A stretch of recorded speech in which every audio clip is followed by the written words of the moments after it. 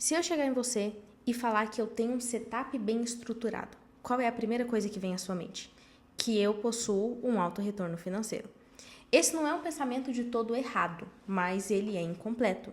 Porque um retorno financeiro, ele deve ser consequência de um bom setup, mas não deve ser a definição para saber se ele é bem estruturado ou não. Diante da tela, nós lidamos com cenários incertos, com desenhos e movimentos gráficos que estão em constante mudança e que muitas vezes nesses cenários vão nos exigir adaptação ou paciência para o nosso operacional. Principalmente para as pessoas que buscam cenários mais claros e mais certos para entrar nas suas operações, para poder entrar com mais confiança. Muito provavelmente essas pessoas vão passar mais frequentemente por longos períodos sem que haja uma operação, esperando esse cenário.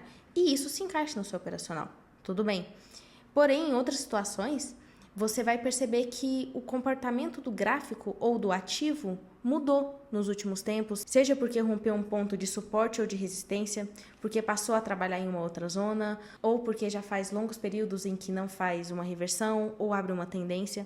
Enfim, são diversas situações comportamentais do gráfico que podem também te indicar adaptação para o seu setup. Em outras situações, um longo período sem operação vai te indicar paciência de frente à tela. Vai te exigir que você respeite o tempo do mercado e entenda que as suas operações não vão acontecer no tempo que você quer, e sim no tempo que o seu setup te indicar para entrar. Tá, então diante disso, de longos períodos sem realizar uma operação e reconhecer cenários em que eu devo me adaptar ou ter paciência, no que se resume um setup bem estruturado? Consistência. Por isso que eu estou falando de longos períodos, porque o seu setup vai construir expectativa positiva em um longo período.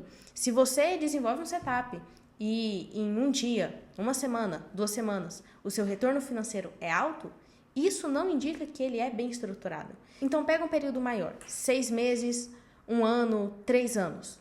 O seu setup, independentemente do cenário, independentemente da época, do ano ou de tudo que possa estar influenciando no comportamento do gráfico, ele continua te desenhando cenários favoráveis para você possuir retorno financeiro, lucro financeiro. Isso é uma definição de um setup bem estruturado. Por mais que muitas vezes te exija paciência em frente à tela ou adaptação para um preço, para uma zona em que você vai entrar numa compra, numa venda, isso é consequência dos comportamentos e do cenário incerto que a gente trabalha com o mercado. Mas o seu setup ainda deve respeitar essas zonas.